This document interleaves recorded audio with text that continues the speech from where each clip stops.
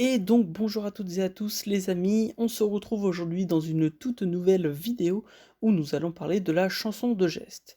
Alors il faut savoir que la chanson de geste est apparue en France à la fin du XVe siècle. C'est une œuvre destinée à être déclamée. Donc elle rapporte des exploits guerriers. Son sujet est inspiré par l'histoire des 8e et 9e siècles et est centré sur un héros qui acquiert sa grandeur au combat. Donc cette vidéo sera divisée en 4 grands points. Dans un premier temps, nous verrons une épopée historique en vers, puis nous parlerons du héros épique, de la diffusion orale, et enfin nous finirons sur les œuvres de propagande. Nous verrons ensuite la chanson de Roland, donc une œuvre qui exprime très bien cette chanson de geste. Alors avant d'étudier les 4 principaux points de la chanson de geste, je vais vous faire un rappel des 3 principaux cycles des chansons de geste, notamment pour que vous compreniez mieux la première et la deuxième partie. Alors les chansons de geste se regroupent en 3 ensembles qui sont appelés les cycles. Donc on peut dire qu'il y a 3 cycles. Il y a tout d'abord le cycle du roi, donc principalement centré sur Charlemagne, qui compte environ 10 chansons, dont la chanson de Roland. On peut aussi noter le cycle de Garin de Montlhague, centré sur Guillaume d'Orange, cousin de Charlemagne, qui contient aussi une dizaine de chansons. Et enfin, le troisième cycle de ces chansons de geste, c'est le cycle de Don de Mayence, qui regroupe à peu près une soixantaine de chansons. Donc voilà, pour que vous compreniez un peu mieux la première partie notamment. Alors premier point, une épopée historique en vers. Donc la chanson de geste raconte l'épopée chrétienne d'un chevalier qui lutte contre les Sarrasins. Les récits de combats surhumains et les descriptions fabuleuses des combattants occupent la plus grande part du texte. Elle est écrite en vers, donc le plus souvent ce sont des décasyllabes, regroupés en strophes plus ou moins longues appelées laisses, qui constituent chacune une unité narrative.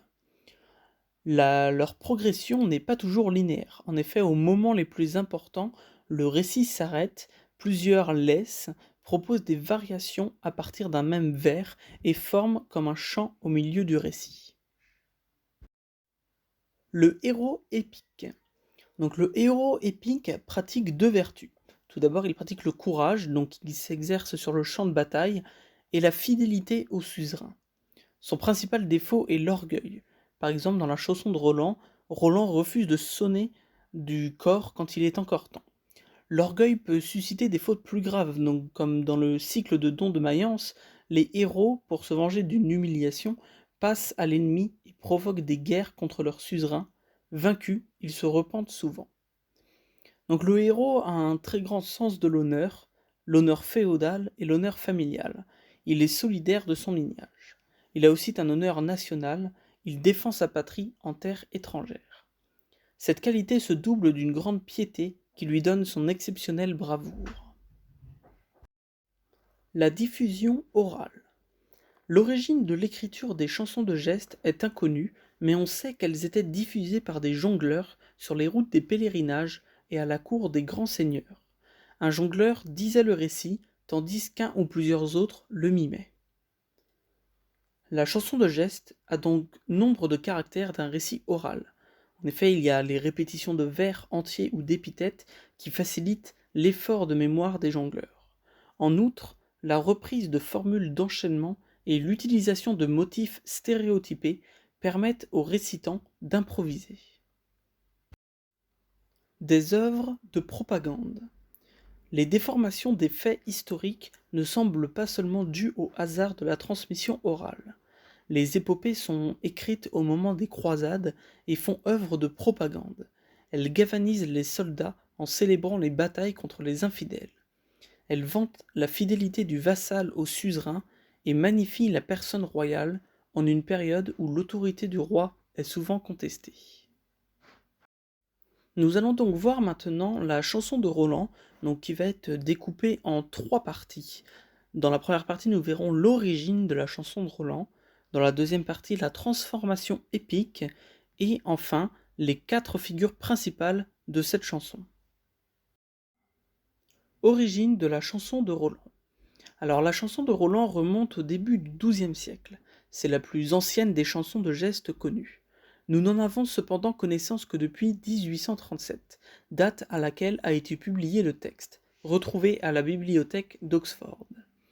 Cette version, écrite en dialecte anglo-normand, compte 4002 décasyllabes. Il existe deux théories sur l'origine de la chanson de Roland. La première considère qu'elle est le fruit de la tradition orale des cantilènes, qui sont de courts poèmes épiques repris et écrits par des jongleurs. La seconde suggère qu'elle aurait été écrite pendant les étapes du pèlerinage de Saint-Jacques-de-Compostelle par des moines et des clercs. La transformation épique. L'événement historique qui sous-tend la chanson de Roland est mineur. Le jeune roi Charles, donc qui est le futur Charlemagne, qui assiège Saragosse occupée par les Sarrasins, est rappelé en hâte par une attaque des Saxons.